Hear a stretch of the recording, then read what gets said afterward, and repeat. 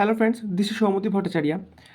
So আজকের এই ভিডিওতে খুবই গুরুত্বপূর্ণ একটা টপিক আলোচনা করব, যেখানে হচ্ছে আমি ডিসকাস করব যে টপ 25 জিকে টপিকস যেগুলো এসএসসির প্রত্যেকটা এক্সামে প্রত্যেকটা শিফটে আসে।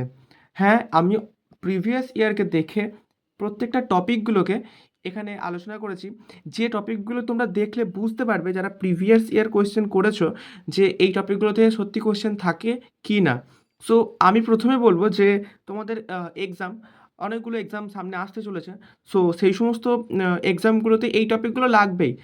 রিসেন্ট তোমার জেইর পেপার গেল, এসএসসি জেই, তো সেখানেও এই সমস্ত টপিকগুলো থেকেই কোয়েশ্চেন এসেছে এবং প্রিভিয়াস বছরগুলোতেও এসেছে।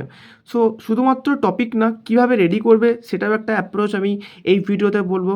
প্লাস তোমরা দেখতে পারবে যে প্রত্যেকটা বিষয়কে কিন্তু কভার করা আছে, কোনো এমন না যে শুধু স্ট্যাটিক পোর্শন নিয়ে এসেছি। হিস্ট্রি, জিওগ্রাফি, পলিটি প্রত্যেকটা সেকশন থেকে যা কোয়েশ্চেন আসে সেরকম 25 টপ জিকে এই টপিক এই ভিডিওতে ডিসকাস করব। তার আগে তোমরা টেলিগ্রামে অবশ্যই কিন্তু যুক্ত হয়ে যেও, কারণ টেলিগ্রামে আমি কুইজও দিই, প্লাস ইম্পর্ট্যান্ট আপডেট, সেটা ওয়েস্ট বেঙ্গলের কোনো এক্সামে বলো বা এসএসসির বলো, সেগুলো আমি সব কিছু টেলিগ্রামে শেয়ার করে থাকি।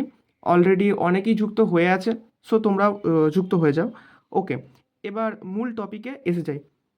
তো দেখো, যে টপ 25 জিকে টপিক বলেছি, সেখানে সব থেকে প্রথমে যেটা আছে ড্যান্স এবং ড্যান্সার। ড্যান্স প্রত্যেকটা রাজ্যের এবং সেই সমস্ত ড্যান্সের সাথে রিলেটেড ড্যান্সার্স। ওকে, আমি যে টপিকগুলো বলছি তোমাদের কিন্তু কাজ হবে যে প্রথম 10 থেকে 15 দিনের মধ্যে এই 25টা টপিককে রেডি করে নেওয়া। তোমাকে এই টপিকগুলোকে কিন্তু রেডি করতেই হবে, শুধুমাত্র ভিডিও দেখে রেখে দিও না, টপিকগুলো অ্যাটলিস্ট তৈরি করো। তোমরা দেখবে এক্সাম হলে হেল্প হবেই।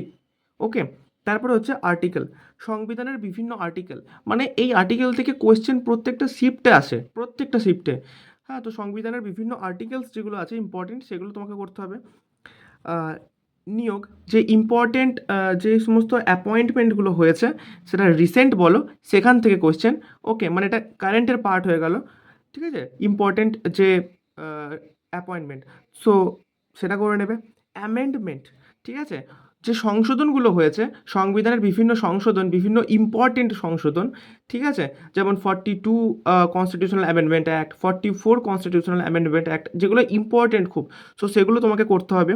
আচ্ছা, হিস্ট্রি থেকে সংগঠন ও সমিতির সংস্থাপক, হিস্ট্রি থেকে মানে ব্রাহ্ম সমাজের স্থাপনা কে করেছেন, তারপরে আর্য সমাজের স্থাপনা, এই সমস্ত যে সমস্ত সংস্থাপনাগুলো আছে সেইগুলো কারা করেছেন, এবং পারলে সালগুলো অবশ্যই একটুখানি মনে রেখো। ওকে, জনগণনা, তোমরা নিশ্চয়ই জানো যে এই জনগণনাটা এমন একটা টপিক, মানে এসএসসির এমন কোনো শিফট থাকে না যেখানে এই জনগণনা থেকে কোশ্চেন হয় না। সো জনগণনা একটা বিভৎস ইম্পর্টেন্ট একটা টপিক। ওকে, তারপর হচ্ছে কে কোন মন্ত্রী, মানে বর্তমানে কে কোন মন্ত্রী পদে রয়েছেন, সেটা ইম্পর্টেন্ট খুবই, অনেক সময় জিজ্ঞেস করেই নেয় বিভিন্ন মিনিস্ট্রির সাথে যুক্ত মন্ত্রীদের নাম। আচ্ছা, ভারতের প্রথম, মহিলা হোক পুরুষ হোক বা যে কোনো ক্ষেত্রে হোক, ভারতের প্রথম, সেটা রিলেটেড বেশিরভাগ হচ্ছে অলিম্পিক, এটা আমি লিখে রাখি যে অলিম্পিক রিলেটেড যে প্রথম বা ইম্পর্টেন্ট ফ্যাক্টগুলো আছে সেগুলো খুব বেশি পরিমাণে আসে। মানে অলিম্পিকে প্রথম মহিলা কে যিনি গোল্ড পেয়েছিলেন, আহ, সেটা যে কোনো ক্ষেত্রেই হোক, ঠিক আছে, সেটা টেনিস হোক বা সেটা বা তোমার ব্যাডমিন্টন হোক, বিভিন্ন ক্ষেত্রে সেগুলো। ওকে, এরপর হচ্ছে ফিজিক্যাল ইউনিট, যেটা হচ্ছে তোমার ফিজিক্সের থেকে যে টপিকটা সব থেকে বেশি ইম্পর্টেন্ট দেখতে পাওয়া যায় সেটা হচ্ছে এই ইম্পর্টেন্ট ইউনিটগুলো। বলের একক কী, তারপর হচ্ছে কার্যের একক কী, এই সমস্ত এককগুলো কিন্তু ফিজিক্স থেকে খুব ইম্পর্টেন্ট হয়ে যায়। তারপর হচ্ছে কংগ্রেসের যে অধিবেশনগুলো খুব ইম্পর্টেন্ট, যেগুলো মানে ইম্পর্টেন্ট অধিবেশন, যেমন যে নরম দল গরম দলের যে বিভাজন, সেটা কত নম্বর অধিবেশনে, সরি কত নম্বর না, কোন অধিবেশনে হয়েছিল। আবার এদের দুজনের যে মিল, সেটা কোন অধিবেশনে হয়েছিল। মহাত্মা গান্ধী কোন অধিবেশনে অধ্যক্ষ হয়েছিলেন। এই সমস্ত ইম্পর্ট্যান্ট অধিবেশনগুলো কংগ্রেসের খুব ইম্পর্ট্যান্ট হয়ে যায়। সো এগুলো তোমরা করবে।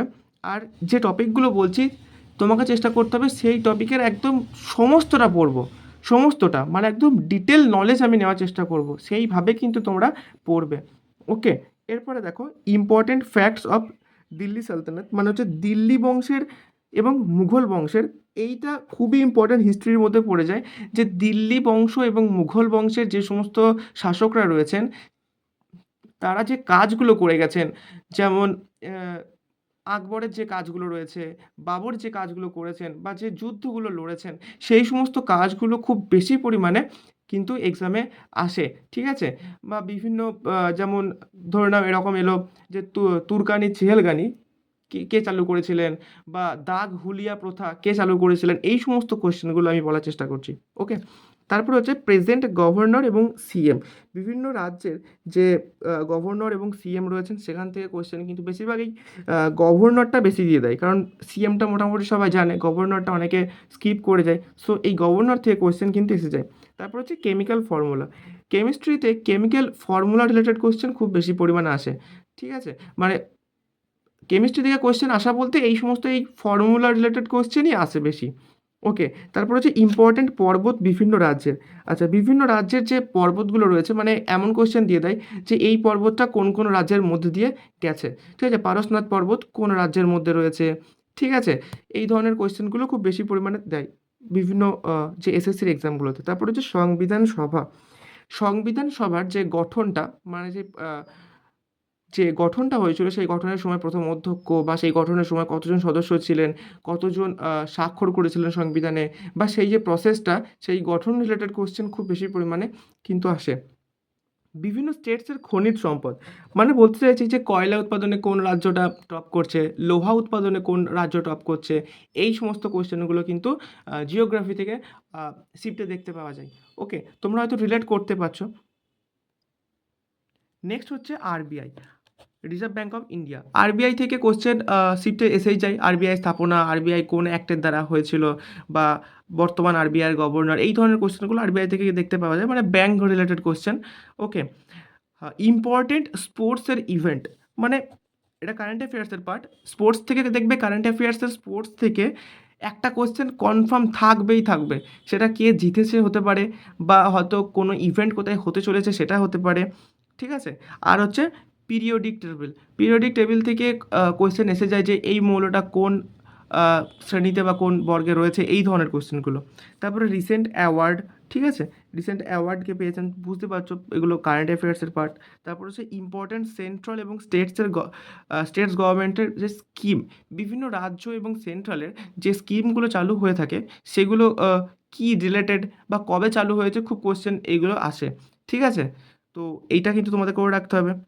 তারপর হচ্ছে ভারতের নদী। নদী থেকে কিন্তু কনফার্ম মানে নদীর হয় গতিপথ দিয়ে দিতে পারে যে কোন রাজ্যের মধ্যে দিয়ে বয়ে যাচ্ছে, বা এটা দিয়ে দিতে পারে যে সেই নদীটির উপনদী কী আছে। সো এই নদী রিলেটেড কিন্তু পয়েন্ট তোমরা পড়বে। তারপর হচ্ছে যে সোর্স অফ কনস্টিটিউশন, মানে আমরা কোন দেশ থেকে কি নিয়েছি, আমরা ডিপিএসপি কোথায় থেকে নিয়েছি, ফান্ডামেন্টাল রাইট কোথা থেকে নিয়েছি, ডিউটি কোথায় থেকে নিয়েছি, এই সমস্ত সোর্স অফ কনস্টিটিউশন, যেটা যেটা হচ্ছে পলিটির পার্ট। বিভিন্ন রাজ্যের ফেস্টিভ্যাল, ঠিক আছে? খুব ইম্পর্ট্যান্ট একটা বিষয় ফেস্টিভ্যালগুলো, ঠিক আছে? বিহু কোন রাজ্যে, ঠিক আছে? তো এই ধরনের যে ফেস্টিভ্যালগুলো হয় সেগুলো, ঠিক আছে? বিহু ড্যান্সের সাথে ফেস্টিভ্যালও হয়, ঠিক আছে? সো বিভিন্ন রাজবংশের প্রতিষ্ঠাতা ও গুরুত্বপূর্ণ শাসক, বিভিন্ন রাজবংশের প্রতিষ্ঠাতা, মানে চালুক্য বংশের প্রতিষ্ঠাতা কে, বা এরকম করে দিয়ে দেবে পুলকেশিন দ্বিতীয় কোন রাজবংশের সাথে পরিচিত। সো বিভিন্ন গুরুত্বপূর্ণ শাসক এবং তার সাথে রাজবংশের প্রতিষ্ঠাতা, এটা করবে। আর একটা টপিক আমি একদম মিস করেছি, এটা হচ্ছে পঞ্চবার্ষিক পরিযোজনা, ঠিক আছে? সো এটা খুব ইম্পর্ট্যান্ট, 5 ইয়ার প্ল্যান, মানে খুবই ইম্পর্ট্যান্ট টপিক, যেখানে আমার এটা লেখা হয়নি, ঠিক আছে? আমি এখানটা করে FYP লিখে দিচ্ছি।